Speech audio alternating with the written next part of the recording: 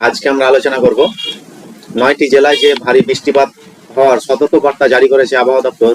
কোন কোন ৯টি জেলায় বৃষ্টি হবে, এছাড়াও আরো ৫টি, এছাড়া অন্যান্য উত্তর চব্বিশ পরগনা, দক্ষিণ চব্বিশ পরগনা, উত্তরবঙ্গ সহ কোথায় কোথায় কেমন বৃষ্টি হবে সেগুলি আমরা বিস্তারিত আলোচনা করব।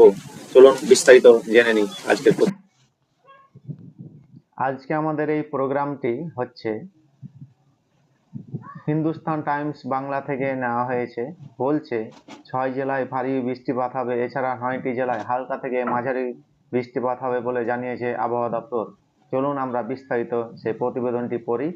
বলছে নিম্নচাপের প্রভাবে শুক্রবার, শনিবার, রবিবার, এছাড়াও সোমবার পশ্চিমবঙ্গের বিভিন্ন জেলায় বৃষ্টি হবে।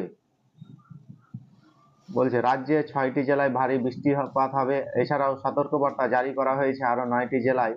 সেগুলি কি কি জেলা আমরা বিস্তারিত আজকে আমরা এই প্রতিবেদনে আলোচনা করব। বলছে বিশ্বকর্মা পুজোর আগেই ফের ভাসবে বাংলায় নিম্নচাপ, যেখানে সেখানে হালকা থেকে মাঝারি ধরনের বৃষ্টিপাত হবে বলে জানিয়েছে আবহাওয়া দপ্তর।